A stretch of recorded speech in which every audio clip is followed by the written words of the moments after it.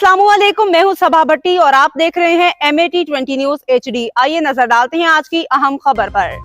हादसा आज सुबह मोटरवे M4 पे 337 GB गोजरा के करीब एक मुसाफिर बस और मजदा गाड़ी के दरमियान टक्कर के नतीजा में आग भड़क उठी। डेरा गाजी खान से इस्लामाबाद जा रही AC डाइवो बस में 45 मुसाफिर सवार थे, जबकि मजदा गाड़ी पेस्टिसाइड लेके जा रही थी। पंजाब इमरजेंसी सर्विसेज की टीम फौरी तौर पे मौका पे पहुंची और आग पे काबू पाके बस के तमाम मुसाफिरों को निकाल लिया। बस ड्राइवर सैयद असगर अली शाह, उम्र 50 साल, रिहाइश खोशाब, शदीद जुलस के जान के बाद मौका पे जामबाग हो गया। इनकी लाश THQ अस्पताल गोजरा मुंतकिल कर दी गई है।